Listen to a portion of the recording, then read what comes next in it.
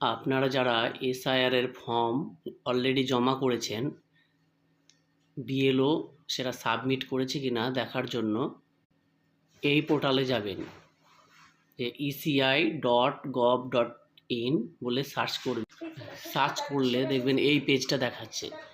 এই পেজটা দেখানোর পরে আপনারা যাবেন এখানে, এই যে দেখতে পাচ্ছেন ফিল এনুমেরেশন ফর্ম, এখানে ক্লিক করবেন।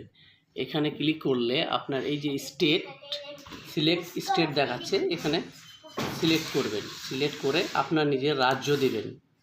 রাজ্য দেওয়ার পরে এই যে এখানে আপনার এন্টার এপিক নাম্বার বলে দেখাচ্ছে, এখানে এপিক নাম্বার বসা।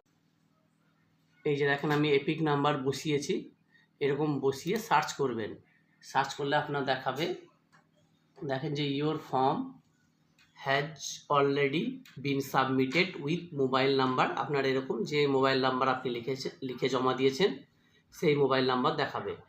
এই প্রসেসটা আপনারা কম্পিউটারে না মোবাইলেই করে দেখতে পারেন।